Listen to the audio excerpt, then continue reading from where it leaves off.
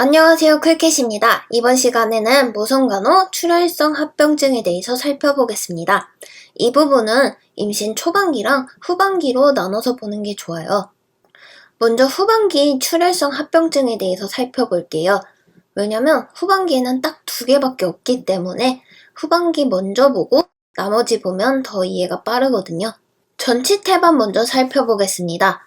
전치태반은 쉽게 말을 하면 태반의 위치가 잘못됐다 이렇게 보시면 돼요. 이렇게 자궁이 있다면 태반이 자궁 상부에 붙어가지고 이렇게 딱 맞게 자라면서 자궁 경부도 막아줘야 피가 안 나올 텐데요. 태반이 아이가 자라면서 좀 잘못 형성된 거죠.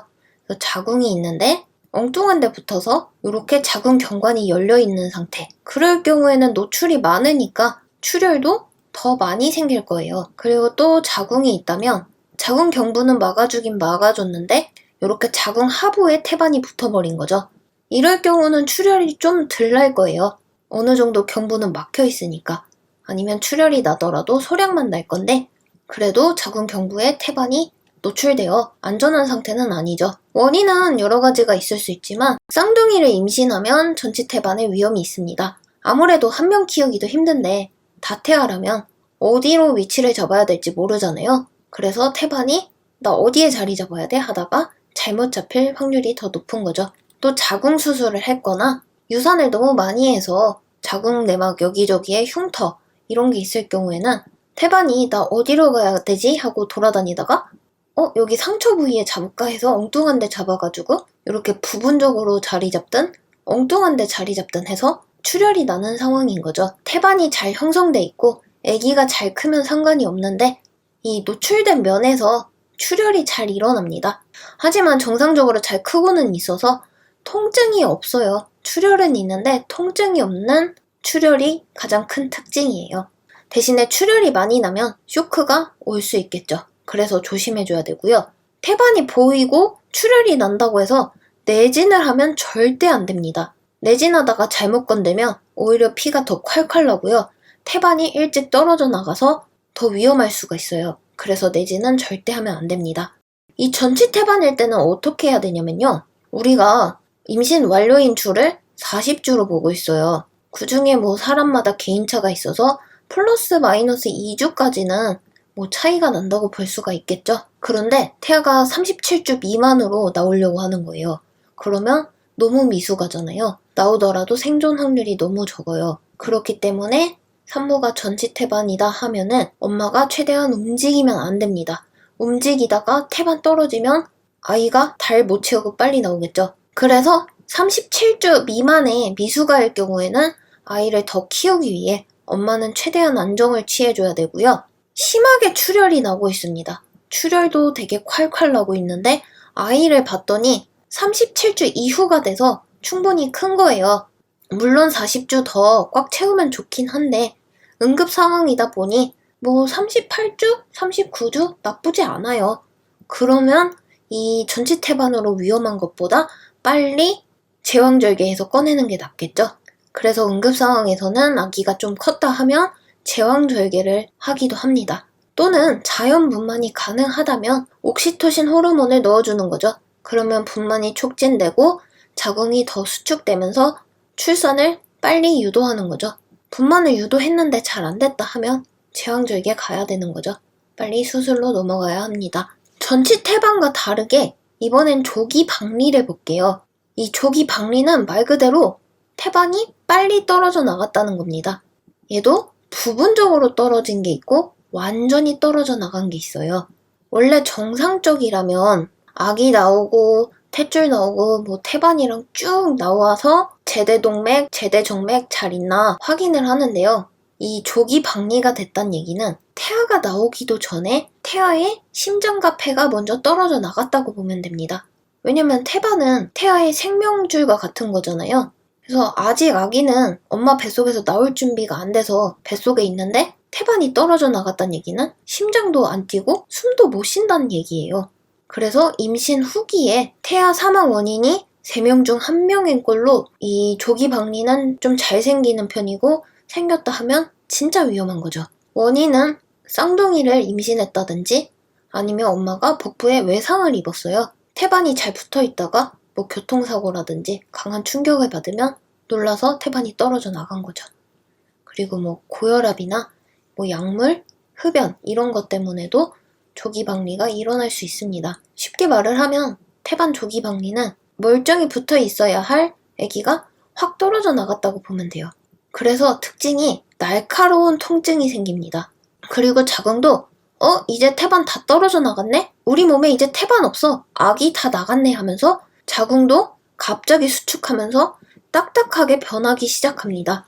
그리고 조기박리에서는 출혈이 많이 나니까 쇼크도 같이 올 수가 있죠. 이건 진짜 위험한 거예요. 위에 전치 태반은 태반의 위치가 잘못돼서 그런 거지 뭐 아기가 잘 크고 있다면 안정시켜놨다가 좀 더 키워서 나중에 빨리 꺼내자 하면 되는데요. 태반 조기박리는 답이 없어요. 태아 심장과 폐가 그냥 떨어져 나간 거예요. 뱃속에서 아기가 숨을 못 쉽니다. 멀쩡히 있던 아기가 갑자기 뚝 떨어지니까 엄마도 진짜 통증이 심하고 배도 아파요. 태아의 입장에서 보면 심장과 폐의 역할을 하는 태반이 떨어져 나갔으니까 아기는 숨을 못 쉬어서 저산소증으로 위험하고 또 피도 안 도니까 산소가 전달이 안 돼서 무산소증으로 바로 사망을 하는 거죠. 엄마한테는 위험한 게 뭐냐면 이게 말 그대로 태반이 나가면서 진짜 출산 완료됐다고 착각을 하면서 자궁이 막 수축을 하고 혈액이 응고되기 시작해요. 그래서 혈전이 생기는 겁니다. 이 혈전이 생겨서 혈관을 따라 막 돌아다니다가 어디 하나 얇은 혈관 막아버리면 터지고 그럼 위험한 거죠. 그래서 혈액 응고 장애도 생길 수 있어요. 출혈이 아무튼 심하기 때문에 수혈 준비도 해야 되고요. 또 어쨌든 최대한 살릴 수 있으면 빨리 아기 꺼내야 되잖아요. 그래서 응급으로 제왕절개 수술을 합니다. 지금 아기가 숨을 못 쉬고 있는 상태니까 빨리 제왕절개에서 꺼내는 거죠. 후반기에는 딱 두 가지 있어요. 태반 위치 잘못된 전치태반, 통증 없는 출혈이 특징이고요. 태반 조기박리는 위험한 거, 아기가 빨리 떨어져 나간 거. 그래서 통증도 날카롭고 출혈도 심하다.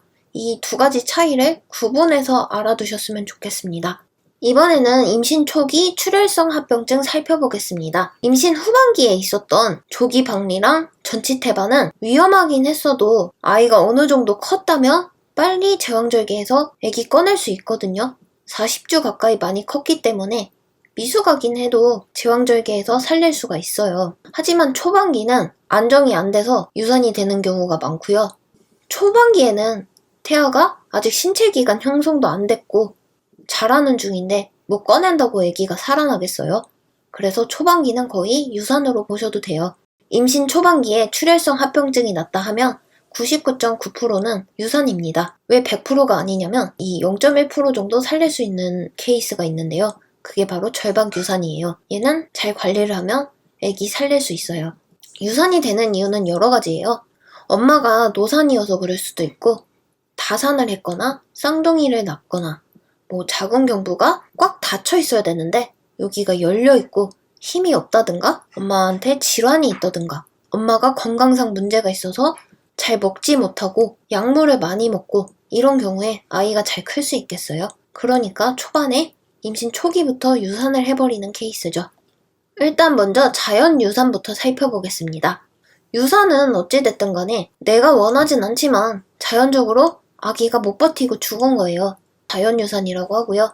20주 이하의 태아이기 때문에 체중도 500g 이하로 매우 작고 빨리 꺼낸다 한들 아기가 밖에서 살아남지 못하는 거죠. 그래서 이미 죽었거나 아니면 죽어서 나왔거나 어떻게 할 수가 없는 거예요. 그리고 또 유산에는 치료 유산이 있어요. 이 치료 유산은 일부러 유산시키는 거예요.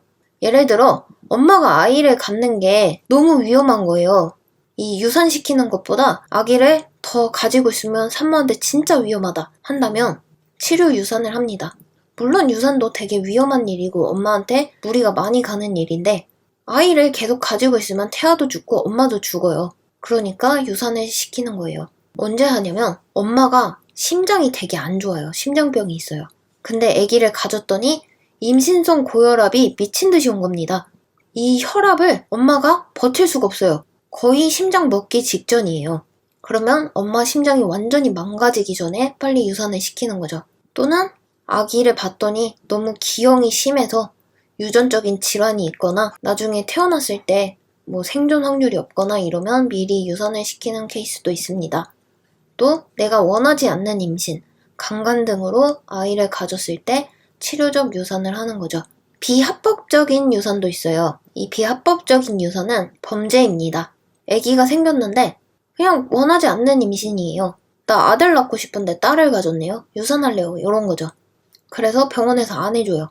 그러다 보니 유산을 할 때 병원에서 안 해주니까 병원 외의 기관에서 비합법적인 방법으로 무자격자한테 유산을 시켜버리는 거죠. 병원에서 하는 게 아니니까 감염 위험도 높고 또 불임 생길 확률도 높고 엄청 위험하기도 하지만 이건 범죄 행위예요. 그래서 유산의 종류를 자연적으로 유산되는 거, 치료적으로 일부러 유산시키는 거, 범죄 유산까지 살펴보았는데요. 자연 유산에는 종류가 많은데요. 먼저 절박 유산부터 살펴보겠습니다.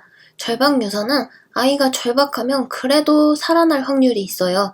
자궁만 조금 열린 상태인데 출혈이 좀 있을 순 있지만 안정 취하고 스트레스 피하고 도와준다면 아기가 조금이라도 살 가능성이 있는 게 바로 절박 유산입니다. 불가피 유산은 말 그대로 불가피하게 유산한 거예요. 아기가 더 이상 여기서 못 살겠다 하고 죽어서 나오는 게 바로 불가피 유산입니다. 아기가 이미 죽었기 때문에 어쩔 수가 없어요.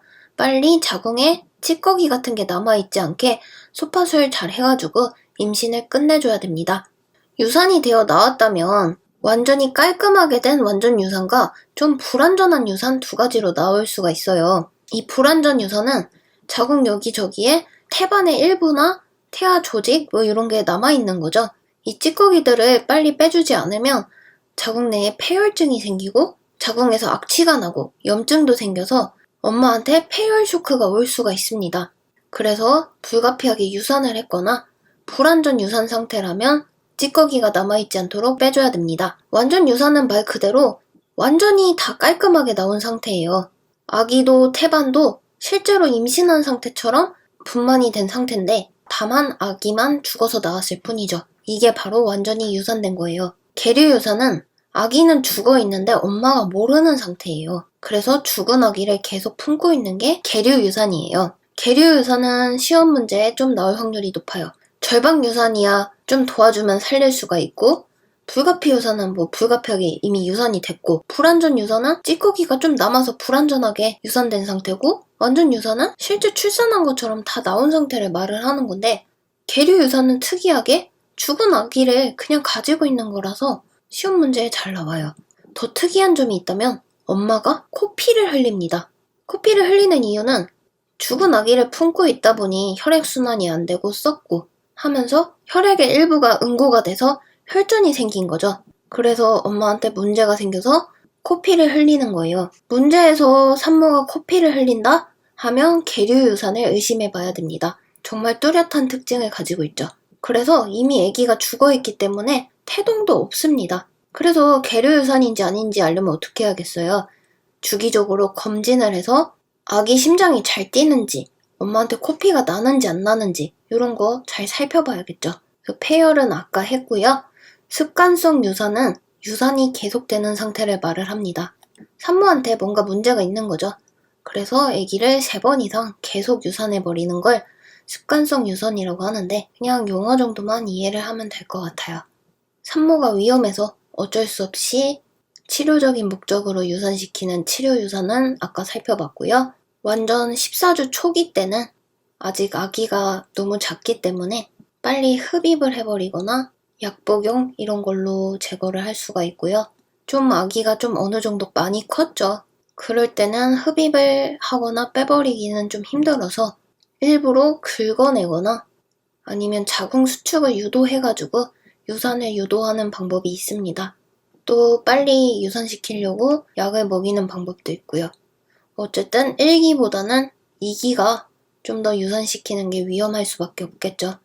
1기 같은 경우는 빨리 꺼내고 할 수가 있는데 2기 같은 경우는 태아가 형태 갖출 것 다 갖춘 상태이기 때문에 자리 다 잡은 아기를 일부러 긁어내고 떼는 건 위험하고 부작용도 커요. 이렇게 병원에서 해도 부작용이 크고 위험한 게 유산인데 무자격자에 의해서 불법적으로 유산을 시키는 건 매우 위험하기도 하고 이건 범죄로도 볼 수가 있죠. 여기까지 해서 출혈이 날 수 있는 여러 가지 유산의 종류에 대해서 살펴봤는데요. 또 출혈이 나는 원인 중에 하나가 자궁외 임신을 한 경우입니다. 수정란이 이동을 해서 자궁에 착상을 해서 커줘야 되는데 난관이라든지 이상한 데에 착상이 돼버린 거예요. 그래서 이 넓은 자궁 냅두고 요런 난간에 좁아터진 통로에 착상이 돼서 아기가 붙었어요. 일단 생명은 살아있겠죠? 그러면서 아기가 점점 큽니다. 자궁도 아니고 이 작은 관에서 어떻게 버티겠어요? 그러면 난관이 찢어지고 난리가 나겠죠? 그래서 자궁이 아닌 엉뚱한 데 임신이 됐다 하는 게 자궁외 임신인데요. 특히 쿨렌징후라고 하는데요. 복강 내 출혈이 일어나서 배꼽 주위가 푸르스름하게 보여요. 난관을 절제하거나 자궁을 적출하거나 수술을 해야 되는 거예요. 그래서 자궁외 임신이 왜 될까 보면 여러 가지 원인이 있는데 성병 때문에 그럴 수도 있고 옛날에 유산을 너무 많이 하다 보니 자궁에 상처가 많아서 엉뚱한 데 부착될 수도 있고 또는 난관이 기형이어서 뭔가 꼬여져가지고 요 자궁으로 통과 못하고 여기 꼬인데 착상이 되는 경우도 있고 난관 수술을 했다든가 피임약을 먹었다든가 등등 여러 가지 이유에 의해서 자궁이 아닌 엉뚱한 데에 착상이 됐다 하는 거죠. 그래서 특징이 비정상적인 출혈로 배꼽 주위가 푸르스름하게 보인다. 그걸 클렌징후라고 한다. 여기까지만 기억해 주셔도 됩니다. 다음은 포상기태를 볼게요. 포상기태는 일종의 종양으로 봐도 되는데요. 아기가 있어야 되는데 아기 대신에 태반 육모세포가 엄청 증식을 한 거죠. 비정상적으로 막 증식을 해서 자글자글한 종양만 가득 찬 상태입니다. 아기는 없고 이상한 포도송이 같은 암세포만 있기 때문에 이거 빨리 꺼내줘야 되고요. 빨리 안 꺼내면 이 종양 점점 커져서 자궁 파열이 돼서 위험합니다. 이 포상기태의 상태가 되면 이 육모선성 자극 호르몬 HCG 호르몬 상태가 매우 높고요. 수술을 하고도 호르몬이 정상적인지 확인을 하면서 1년간 피임을 해줘야 됩니다. 시험 문제는 이런 게 나올 수 있어요. 포상기태로 수술을 한 산모가 있는데 선생님 저 이제 아이를 가질 수 없나요? 하고 질문을 합니다. 이럴 때 어떻게 답을 해줘야 되나요? 하고 묻는 문제가 있습니다. 그럴 때는 1년간 피임 잘 하시고 HCG 호르몬 관리 잘 하시면 나중에 아이를 가질 수 있어요 라고 답을 해줘야 돼요. 어쨌든 1년 동안 피임을 하면서 관찰하면서 치료를 해줘야 됩니다. 포도송이 같은 종양덩어리 배출하고 혹시 남아있는 찌꺼기가 없는지 소파술로 다 긁어서 꺼내줘야 돼요. 안 그러면 남아있는 자궁에 또 종양덩어리 생겨서 더 커지고 그럼 자궁이 터지겠죠. 다음은 자궁경관 무력증입니다. 이렇게 자궁경부가 있는데 되게 무력한 거예요. 힘이 없어요. 여기 원래는 꽉 조여지고 막혀 있어야 되는데 엄마가 아기를 너무 많이 낳았다든가 아니면 엄마 자궁경부에 힘이 없다든가 해서 자궁경부가 이렇게 벌어져 있는 상태예요. 초반에는 괜찮지만 아기가 점점 커지면 무거워지잖아요. 하면 조여지는 게 없으니까 뚝 떨어지는 거죠. 그러면 유산이 되는 거예요. 자연스럽게 유산이 되는데 이걸 예방을 하는 방법이 있습니다. 자궁경부가 벌어졌다면 자궁경부를 실로 이렇게 꽉 묶어주는 거예요. 그리고 자궁경부에 힘이 없으니까 무리하기보다는 침상 안정을 통해서 안정시켜주고 자궁이 조여주면 꾹꾹 눌러서 자궁경관이 더 열릴 수가 있잖아요. 그러니까 그러지 말라고 자궁아 긴장 풀어라 해서 자궁 이완제를 투여하기도 해요. 자궁경관 무력증 같은 경우는 관리를 잘하면 아이를 살릴 수 있습니다. 초반기에는 아이가 엄마 몸에 자리를 잘 못 잡으면 사망 위험이 높아요. 보통 임신 초반기에는 아기들이 살아갈 생명력이 좀 부족해가지고 다 죽는데 그래도 절반 유산 정도는 출혈이 좀 있을 수는 있지만 살릴 수 있어요. 그냥 유산기만 있는 거예요. 그래서 잘 관리하면 살릴 수가 있고 자궁경관 무력증 같은 경우는 아기가 아직 나올 때가 안 됐는데 확 열려버리니까 실로 꽉 묶어주고 안정 취해주면 버티면 그래도 아기를 살릴 수가 있어요. 근데 그 나머지 것들은 안타깝지만 아이들이 다 유산돼버린 케이스예요. 계류 유산은 죽었는지도 모르고 아이를 품고 있다가 엄마한테 코피까지 나는 특이한 케이스고요. 이번에는 고위험 임신 케이스를 볼게요. 임신 자체가 위험한데 더 많이 위험한 케이스들인데요. 다태 임신이에요. 한 명도 위험하게 보는데 쌍둥이를 가진 거죠.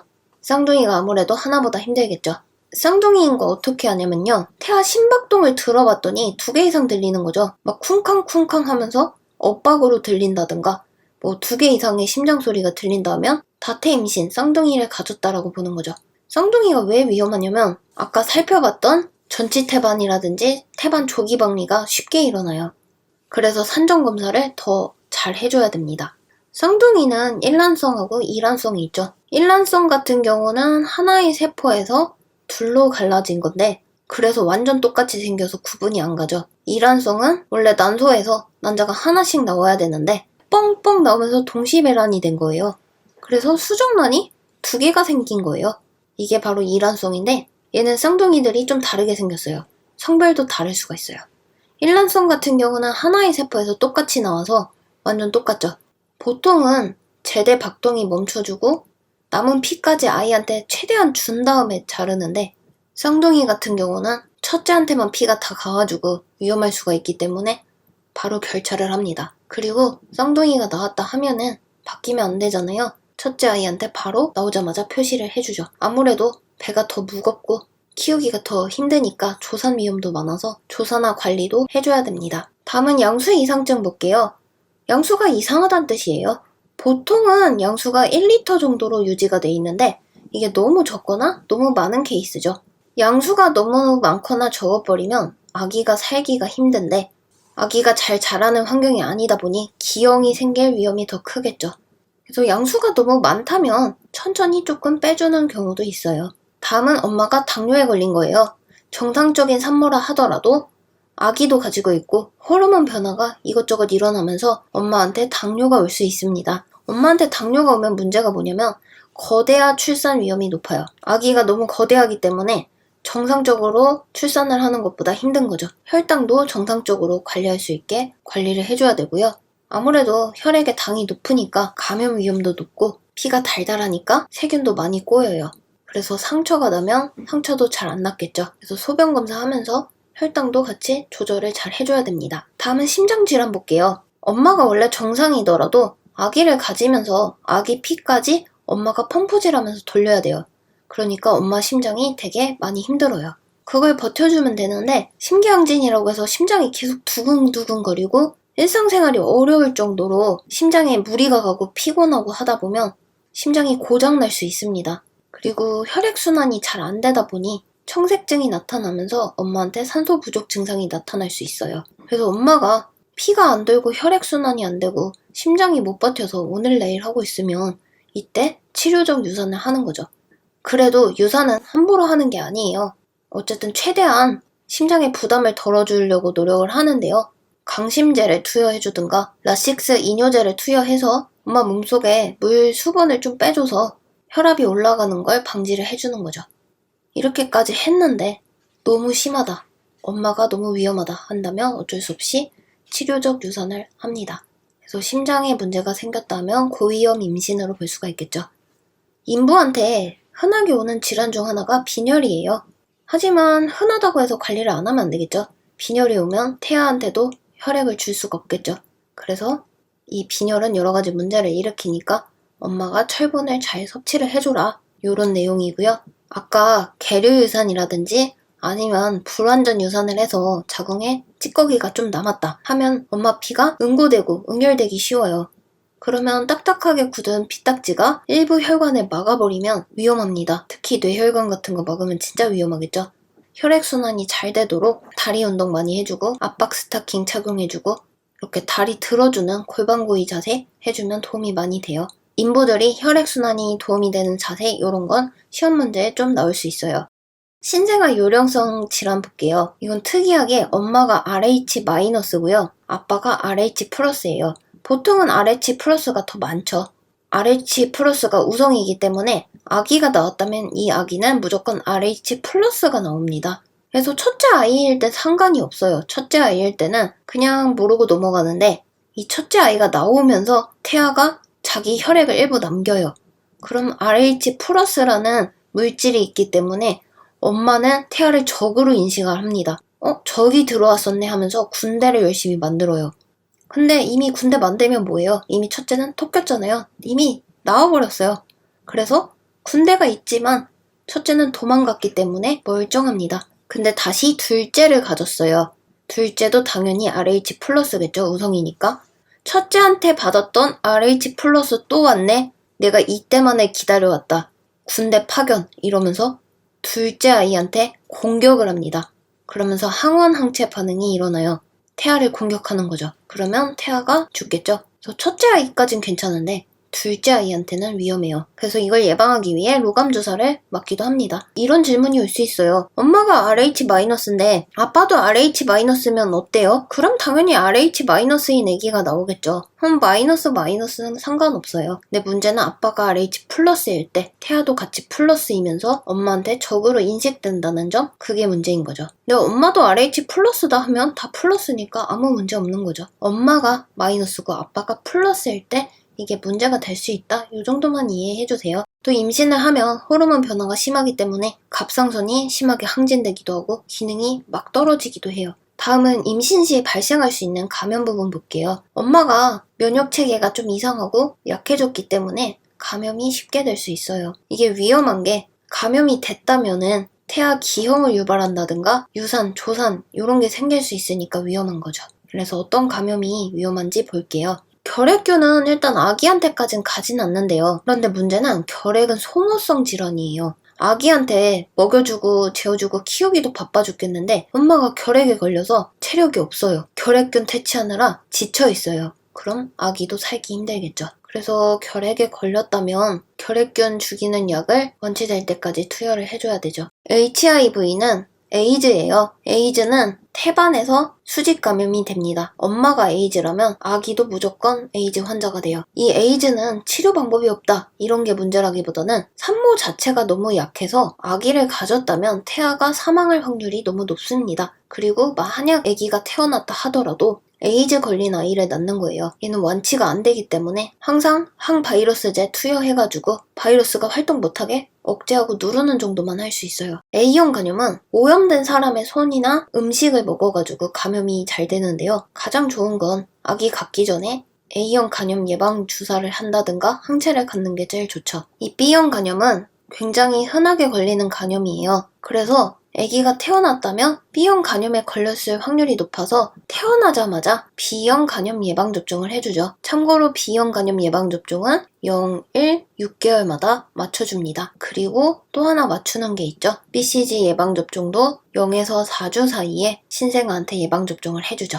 신생아는 태어나자마자 일단 B형 간염부터 예방접종을 하는데요. 실제로 엄마가 B형 간염 환자라고 하더라도 엄마한테 넣어준 항체는 태아한테 해가 되지 않습니다. 그래서 엄마가 B형 간염에 걸렸다면 아기도 수직 간염으로 B형 간염이 될 수가 있고 그렇기 때문에 나오자마자 바로 예방접종하고 항체 투여하고 하는 거예요. 이렇게 하는 이유가 B형 간염 환자들이 좀 흔해요. 그래서 여기까지 이해하시면 될 것 같고 이번엔 헤르페스 성병 간염을 볼게요. 이제 뭐 성병이 있다면 산도를 통해서 들어가가지고 아기한테 감염 위험이 생길 수가 있는데 임질 같은 경우는 굉장히 좀 흔한 성병이라고 해요. 그래서 아기가 건강하다고 하더라도 나올 때 이 산도를 통해서 임질균에 노출이 될 수가 있습니다. 나오면서 아기 머리가 이렇게 나오면서 눈을 통해서 감염이 될 수도 있거든요. 예방적인 차원으로 약을 넣어줍니다. 그래서 이 문제가 시험 문제에 단골로 나오죠. 1% 질산한 용액이나 테트로사이클린, 에리스로마이신 같은 항생제를 안약으로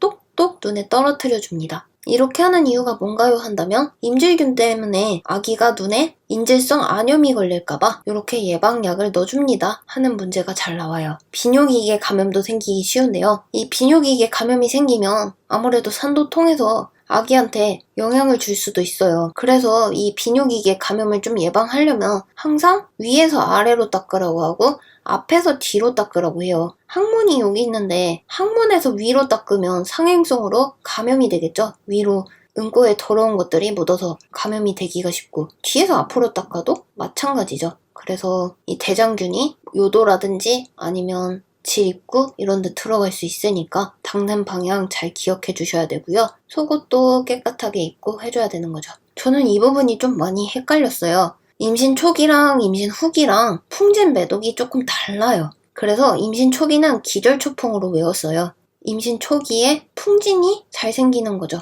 신기하게 임신 후반기로 가면 풍진은 태반을 통과 못해요. 하지만 초기에는 기절초풍으로 태반을 통해 감염이 돼서 태아가 소두증, 백내장, 청각상실 이런 기형이 생겨요. 그래서 초기에는 풍진을 조심해줘야 돼요. 매독은 반대예요. 후기에 걸려요. 초기에는 아무 영향을 안 주다가 후기에 스누플즈라고 안창코라든지 허치슨 치아라고 치아가 뾰족해진다든지 가속마비 증상이 생기는 거죠. 임신 초기에 아이를 갖기 전에 풍진 예방접종을 해줘야 돼요. 그래서 항체가 있는지도 확인해줘야 되고요. 또 이 풍진 예방접종 뭐로 하냐 하면 MMR이죠. 홍역 유행성 이하섬염 풍진 이렇게 3세트로 예방해주는 예방접종 MMR로 풍진을 미리 예방을 해줘야 됩니다. 하지만 매독에 걸렸어요. 그러면 초기에는 태반 통과 안 하니까 상관없어요. 그래서 초기에 치료를 해줘야 돼요. 임신 후기에 매독이 걸렸다? 태아한테 영향이 큰 거죠. 임신 초기라면 매독 치료가 가능한데 이 매독이 있는지 없는지 검사하는 거는 VDRL로 검사를 합니다. 이 검사 종류는 나중에 간호실기에서 한 번 더 정리해 줄 텐데 그래도 나올 때마다 알아두시면 좋겠죠. 여기까지 해서 임신 초기, 후기에 생길 수 있는 여러 가지 출혈성 합병증하고 고위험 임신 그리고 임신과 감염에 대해서 같이 살펴보았습니다.